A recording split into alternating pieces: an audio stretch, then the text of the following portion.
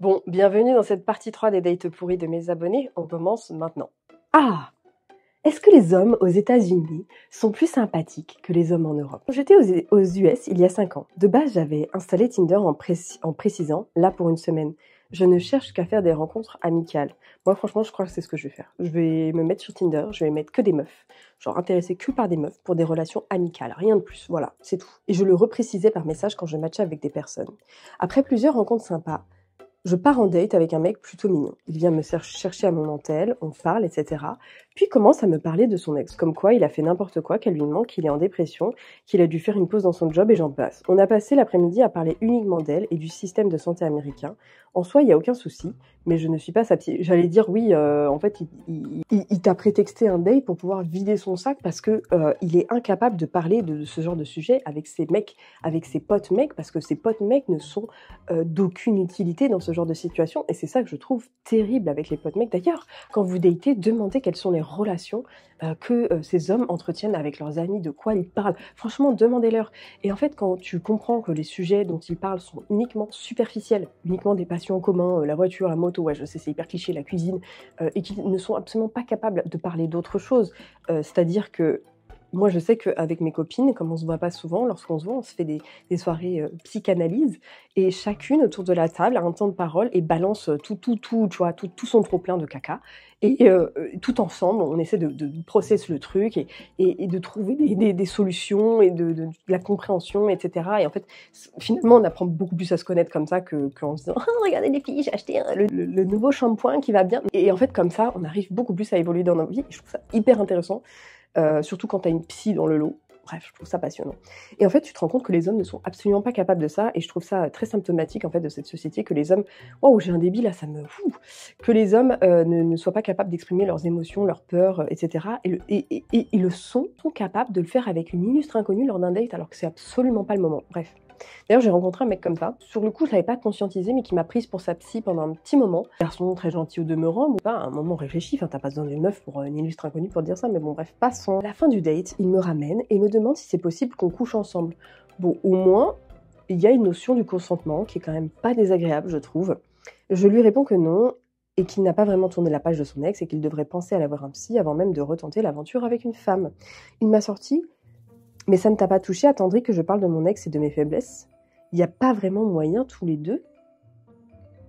Mais quel genre de psychologie, ça? C'est là que j'ai compris que c'était une technique de drague. Non mais alors attendez, si raconter ses blessures, hein, ses histoires avec son ex, c'est une technique de drague, mais changez de disque les gars. Alors je ne sais pas si c'est parce que je suis française ou que si ça a déjà marché avec d'autres, mais parler de son ex pendant une après-midi entière, non, ça ne fait pas rêver. Surtout quand au final, j'ai regardé son profil Tinder et il m'avait bloqué. Putain, ça m'est déjà arrivé aussi. Je suis partie en date avec un mec, il m'avait dit rendez-vous au point A, puis ensuite il m'a dit au point B. Et en fait, on s'est mal compris. Il m'a dit oui, entre point A et point B. Bref, on s'est mal compris. Moi, je me suis rendue au point A, lui, il était au point B. Bref, il m'a rejoint au point A. Et en fait, le date se termine, je rentre chez moi, j'ouvre Tinder, parce que du coup, on avait échangé par message. Il m'avait déjà bloqué, le type. Il m'avait déjà une match bloqué. Et en fait, là, j'ai su que c'était un fuckboy, finalement. Voilà, j'ai eu un repas gratos, mais c'est tout, quoi. Un de mes pires dates, c'est un mec qui avait été récemment diagnostiqué HQI. Alors, je suis désolée, je sais pas ce que c'est. Et qui a passé le premier date à parler que de ça. Pas moyen d'en placer une sans qu'il ramène la conversation à cela. J'ai fini le date en regardant ailleurs. Quelques mois plus tard, on a capté avec une copine qu'on avait date le même mec et qui lui avait fait pareil. Tiens. Comme c'est bizarre. Ah ouais. L'histoire du pire date de ma vie. Je match sur Tinder avec un mec, on discute. Ça se passe plutôt bien, mais rien de fou non plus. On habite à 1 heure de route l'un de l'autre. Lui n'a pas de permis et se déplace en scooter, donc je vais le rejoindre dans sa ville qui est au bord de la plage. Je le vois et là je me dis, oh merde, il ne me plaît pas du tout. Physiquement, mais bon, je me dis, peut-être, on verra. J'ai quand même hésité à descendre de la voiture. Ça par contre, maintenant, je le ferai plus. Si un mec est physiquement pas du tout à mon goût et qu'il me... Tu vois, que j'ai réellement un sentiment de révulsion, je l'ai eu au téléphone et en fait, sa voix, je pouvais pas. Je l'ai vu, il ressemblait pas à ses photos. Et en fait, je lui dis direct, je lui dis, écoute mec, je vais pas te faire perdre ton temps, je vais rentrer, ok, salut. Et il a insisté pour me payer un verre et la suite est sur mon canal de dating. Mais c'était hyper malaisant. T'as le droit de pas être attiré physiquement envers quelqu'un. On a le droit, les goûts et les couleurs, on a le droit, putain les gars. Voilà, tant que vous êtes pas blessant, juste tu dis à la personne, voilà, je suis désolée, tu ne m'attires pas, c'est pas grave, ça veut pas dire que la personne est nulle. Bref, je sors, on discute 3 minutes et je me rends bien compte que ça ne va pas du tout le faire. On avait pas mal parlé cul. Je sais plus ou moins pourquoi j'y vais, mais le gars me propose de le faire sur la plage. Bon alors, les gars, moi, le cul dans le sable, là... Et tu veux faire du feu ou quoi? Ça va rentrer partout là. La fornication sur la plage, je vous jure, je comprends pas l'intérêt. On est dans le sud. Sur la plage, il y a masse de monde et c'est hors de question que je fasse ça sur la plage en plus avec lui qui ne me plaît pas. Donc je lui dis non. Et là, le gars s'énerve tout seul et il m'a dit que ça allait pas le faire du tout et il est parti énervé. Moi, je ne m'attendais pas du tout à cette réaction sortie de nulle part, mais ça m'arrangeait bien. J'ai juste répondu « Ok, bonne continuation », ce qui l'a encore plus énervé. Mais à quel moment? Du coup, je me suis retrouvée à 1 heure de chez moi pour 5 minutes de date, mais au moins, j'étais au bord de la mer. Donc, j'en ai profité pour appeler une pote, lui raconter cela dans un environnement sympathique. Mais en vrai, après la surprise de sa réaction que je n'avais pas vraiment vu venir, me souvenir que j'étais morte de rire. Parce que le gars avait vraiment imaginé qu'il pourrait coucher avec moi sur la plage à 20 h en plein été, en pleine ville.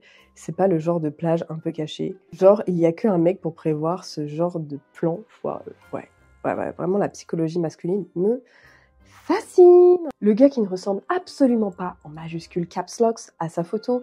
MDR, c'est bien dommage. On parlait depuis plusieurs semaines quand il est arrivé au bar. Je ne pouvais plus partir. La soirée a été longue. En plus, il revenait d'une retraite de 6 ans au Tibet. Il ne m'a pas dit. Donc, il était focus dessus et hyper perché. Je l'ai laissé payer ma commande pour le dédommagement. Ouais, je vous jure. Clairement, je vous le dis, moi, j'en suis à une étape de ma vie où je n'irai pas en date avec un homme si je n'ai pas à manger. Et je me suis même demandé si j'avais vraiment rendez-vous avec lui ou si c'était un prank. Ouais, des fois, je vous jure, c'est pas un prank, hein, c'est la réalité. Hein. C'était il y a quelques années. On se donne rendez-vous en ville pour un café. Le café se passe bien. Il propose de m'inviter au restaurant. J'étais pas ultra fan du rendez-vous, mais pas encore assez de caractère pour refuser. C'est ça aussi ce qui se passe avec les femmes de 30 ans. En fait, on acquiert beaucoup plus de caractère, beaucoup plus d'aplomb. Et c'est pour ça qu'il y a beaucoup d'hommes qui ne souhaitent plus dater des femmes de plus de 30 ans, parce qu'ils savent qu'ils vont faire le moindre écart de comportement. On va tirer à boulet rouge sur eux parce qu'on ne tolère plus, parce qu'on a encaissé tellement de comportements odieux, irrespectueux de leur part, qu'en fait, ils vont prendre pour tous les autres qu'on fait la connerie derrière. Et en fait, ça, messieurs, je vous le dis, comportez-vous correctement. Essayez d'être le plus respectueux possible. Nous, on est là, à chaque fois, on vous fait plaisir pendant les dates. On nous a appris, en tant que femmes, à se plier en 4 pour vous. Maintenant, on essaie de renverser la tendance, surtout dans un cadre de dating, dans un cadre de séduction. Je pense qu'il est normal. Voilà, je pense que c'est normal de faire ça. Il propose qu'on prenne sa voiture pour trouver un restaurant. Une fois dans la voiture, il m'annonce en mode « Mince, j'ai oublié, je m'occupe de l'appartement d'un ami avec un lapin et je dois passer, le nourrir et nettoyer la cage avant qu'on aille au resto, car il rentre demain. » Jeune homme, tu n'es pas assez grand pour t'autonomiser sur les tâches que un de tes amis t'a demandé. Non, me dis pas qu'il l'a ramené pour qu'elle nettoie la cage. Résultat, j'ai patienté environ 1h30 dans sa voiture sur le parking pendant que le mec faisait le ménage complet dans l'appartement. Donc, je pense qu'il ne m'a pas tout dit de l'histoire. Je savais que j'étais à l'autre bout de l'agglomération. Je vis dans une des villes principales de France. Je ne reconnaissais pas le quartier et je ne voyais pas de transport en commun. Et à l'époque, j'étais anti-smartphone pour trouver comment me barrer. Et donc, je me suis vue juste attendre qu'il finisse pour me ramener en ville. Le pire, il revient, content de lui, en mode « Oh mince, les restos sont fermés, maintenant tant pis, mais t'es sympa et Mimi, je peux te ramener chez toi et on finit notre soirée autour d'un café chez toi. » Je crois que c'est la première fois que j'ai osé rembarrer sèchement un mec. Putain, moi je me serais levée, j'aurais claqué la porte de sa caisse, ou alors j'aurais laissé la porte ouverte de sa caisse en mode « Mec, genre, allez-y, volez sa voiture. » Genre, en fait, ça se trouve, il était dans l'appartement d'un pote. Il a attendu 1h30 pour pas lui payer le resto. Moi, c'est ça mon guess de cette histoire. En fait, il est remonté chez lui. Il a joué à la Play pendant 1h30. Il a fait une partie gaming pendant 1h30 et il est redescendu en disant « Ah, ça y est, j'ai nettoyé la cage, j'ai nettoyé l'appartement. » Gros mytho. Tout ça pour ne pas avoir à lui payer le resto et juste aller gratter chez elle un café. Pour moi, c'est ça. Pour moi, c'est clairement ça. Pour moi, il a pas du tout nettoyé. Pour moi, il a pas du tout nettoyé. Donc moralité, achetez un smartphone, utilisez Google Maps, ne montez pas dans la voiture d'un homme, rendez-vous dans un lieu public avec des gens. Voilà. Le mec était irlandais en photo, il avait l'air sympa, il parlait pas trop mal le français, mais en arrivant vers lui au date, j'ai vu de loin qu'il était hideux, genre emoji troll. J'ai dû me forcer à aller faire un expo avec lui, qui au final forçait pour parler français, mais je ne captais rien. Je suis ressortie avec une migraine et un mec qui m'a mansplainé la vie et qui était très gêné par l'expo où il y avait un peu de nudité en mode en 25 ans, alors qu'il venait d'en avoir 28. Ouais, bah écoute... Ah, elle est courte mais elle est sympa celle-là. Le mec m'a dit qu'il faisait des massages de pieds à sa mère depuis petit et qu'il voulait m'en faire aussi après le date. Oh, putain, alors ça vous voyez, ça me... Genre, je trouve ça trop mignon que des enfants, genre, prennent soin de leur maman, genre, qu'ils lui fassent des petites papouilles, des petits massages et tout. Mais en fait, si c'est pour que ça réveille un kink après chez lui, plus tard dans sa sexualité, je vous jure, je ne vois plus du tout ça de la même façon. Parce que moi, des fois, mes petits, ils sont mignons, ils me font des petites papouilles, ils me disent « Maman, maman, on va te faire du botox ». Donc, ils me prennent comme ça et ils me font des petits massages tout mignons de la tête comme ça. Ça me traumatise ce que je viens de dire, ça me traumatise. Rendez-vous sur Tinder, le mec n'a fait que me parler qu'il se tapait tout le temps avec d'autres mecs, qu'il avait cassé le bras d'un pote et la jambe d'un tel. Le mec affalé sur sa chaise à se goinfrer, zéro classe. À la fin du resto, le mec me dit « Vas-y, paye-la et je te paye le suivant ». Le mec a enlevé ses lunettes, arrivé à ma voiture, pensant me galoche, je lui ai fait la bise et je me suis vite barrée. Putain, le mec il a bouffé gratos. Payez jamais un resto à un mec, hein. Arrêtez. Un coach sportif, hyper beau, bien foutu, soi-disant italien. 2 semaines après, je vais sur les réseaux sociaux. En fait, c'était un rebeu avec un autre prénom. Bref, on couche ensemble, plan cul. Juste magnifique. Et juste après, le mec saute de mon lit en me disant « Putain, j'avais zappé, faut que j'aille chercher un pote à l'aéroport, blablabla. » Moi, je vous jure, les meufs, je comprends pas. Je comprends pas les plans cul. Genre, vraiment, en toute bienveillance, hein. Quitte à baiser des vieux mecs, autant être payé. Genre, je vous jure, moi, la prostitution me guette. J'en suis à un point où, vraiment, c'est même pas une blague. Il y a quelques années, célibataire, je m'inscris sur un site de rencontre. Dans mes goûts, j'indique que j'aime vraiment beaucoup Le Seigneur des Anneaux, les Hobbits et tout ce qui touche à cet univers, vidéo ou bouquin. Et là, un gars vient discuter en se vantant de ressembler au personnage de Aragorn dans le film, en me proposant qu'on se retrouve, lui habillé en nain et moi en elfe, sur un chemin de randonnée connu du coin pour se rencontrer. J'ai décliné poliment et je ne lui ai plus jamais reparlé. Oh, c'est rigolo. Franchement, c'est rigolo, j'aime bien. Les ravager, quoi. Avant de rencontrer mon copain avec qui je suis maintenant, depuis 1 an et demi, j'enchaîne les dates sur Tinder. Je match avec un garçon qui a l'air sympa et m'annonce faire 1m80-85. Après 2 semaines, on se rejoint dans le centre-ville et lorsque j'arrive, je lui envoie un message et il me dit « Je te vois ». Je cherche, je ne vois personne. Jusqu'au moment où un hobbit s'avance. C'est moi qui fais une histoire. Jusqu'au moment où il s'avance vers moi. Physiquement, il ne ressemblait pas à ses photos. On parle des filles qui retouchent, pas assez des hommes, je confirme. Et du haut de mes 1m60, j'étais quasiment plus grande que lui. Lui, ça m'est déjà arrivé en date, je fais 1m55. Vous vous rendez compte? Voilà. Je décide de passer au-dessus de tout ça, on va boire un verre, mais rien à faire. Le feeling ne passe pas. Je clôture le date en disant « Si le feeling est passé ». Un peu étonnée, je lui réponds que non, mais que c'était sympa de se rencontrer, et je me dirige vers la porte de ma voiture et il me dit « On a le feeling, j'ai même un coup de cœur pour toi, alors stop ». On en discute, et j'essaye de lui faire comprendre que ce n'est pas réciproque. Et là, il se met à pleurer en s'excusant, et en me demandant de lui laisser une seconde chance.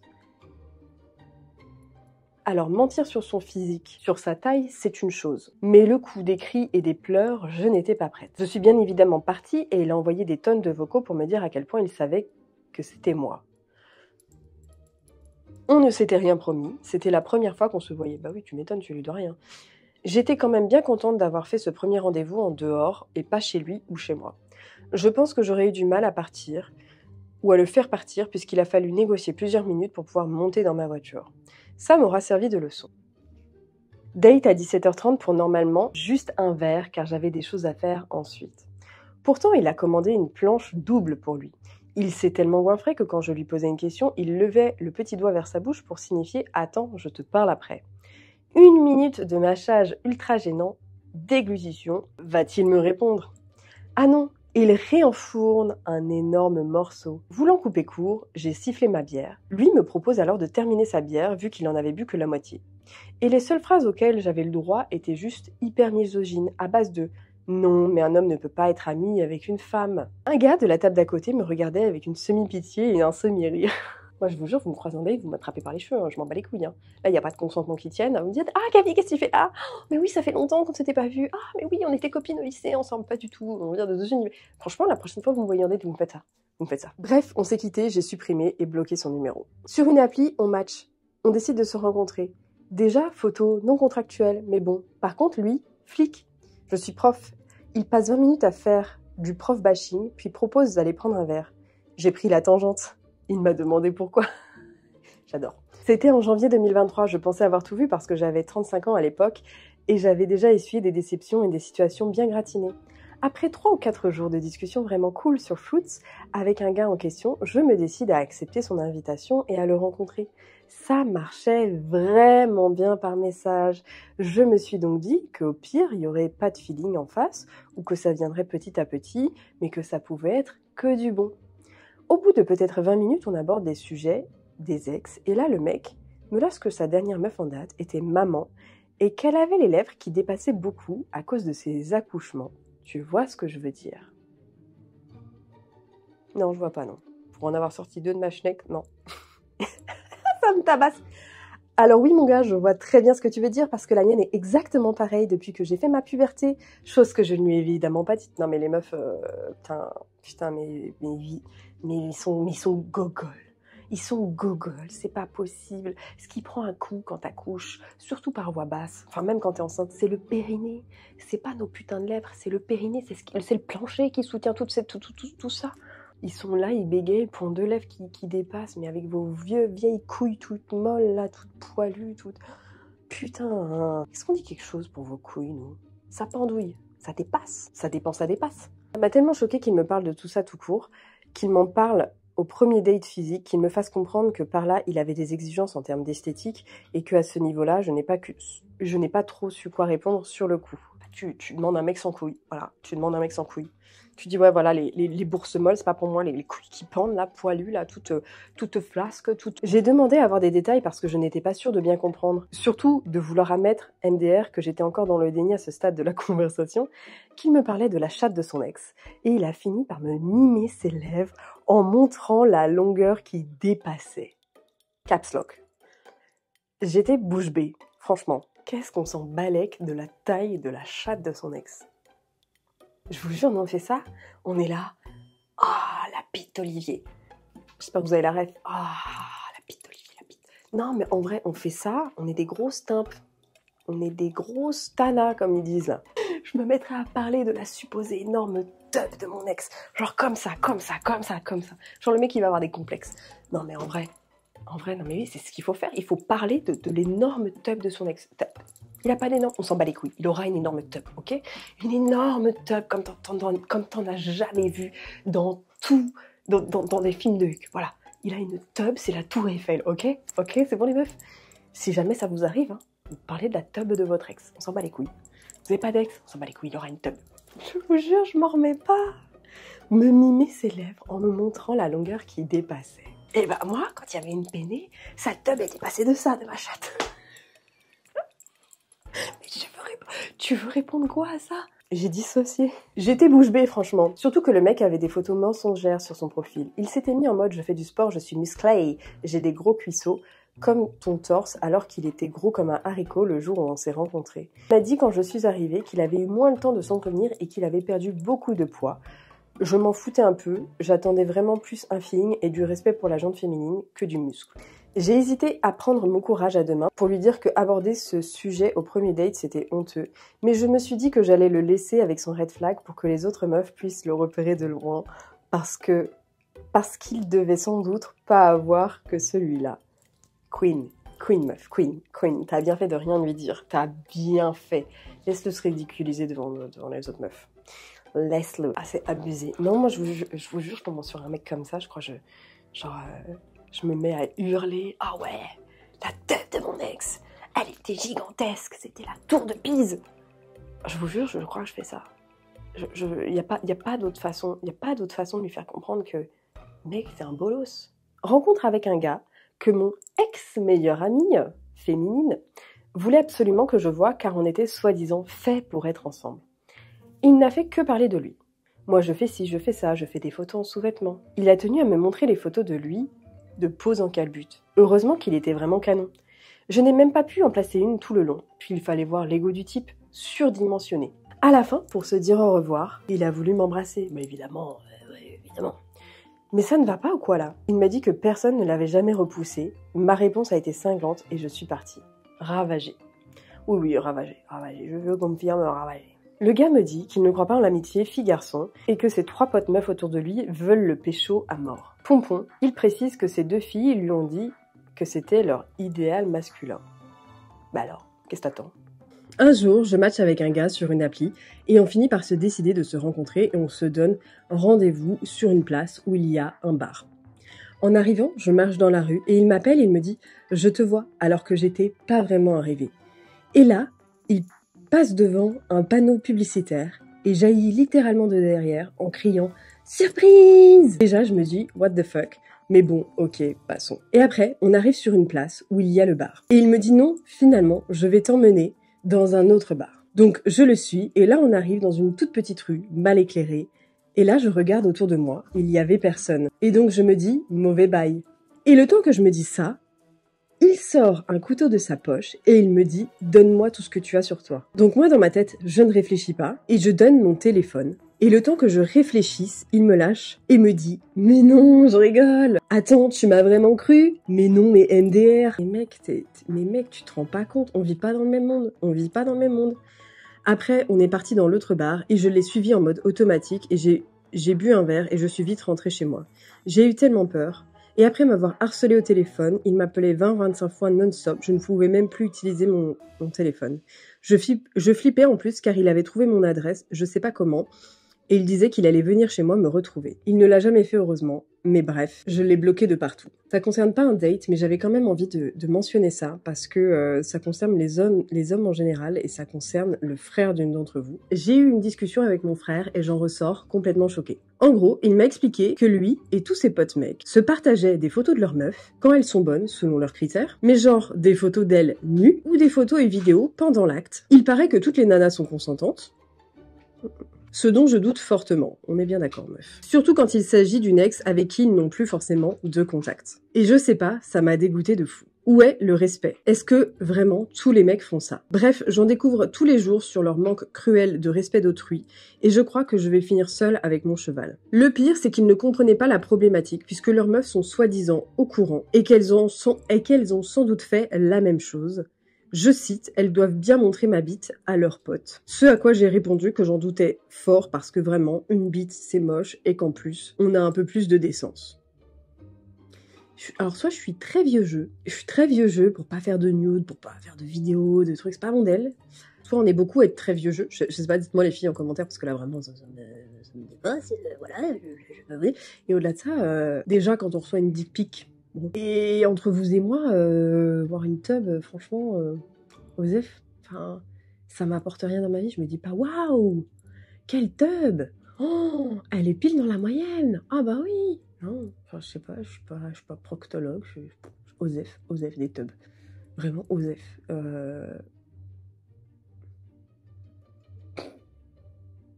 Genre vraiment Osef.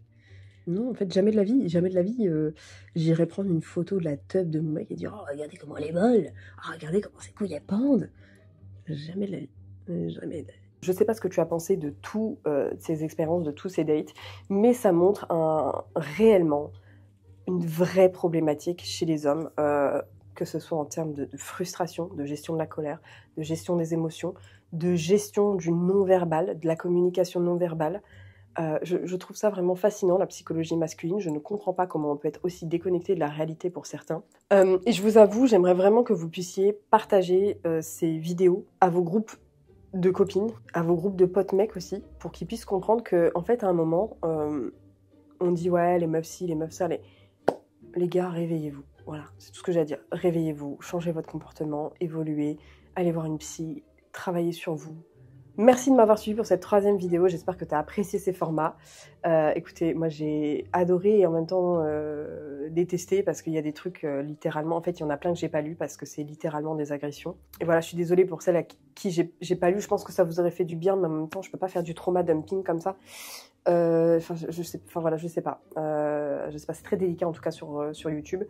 Merci de m'avoir regardé jusqu'au bout et je te souhaite une très bonne journée ou une très bonne soirée. Je te dis à très bientôt pour la prochaine vidéo.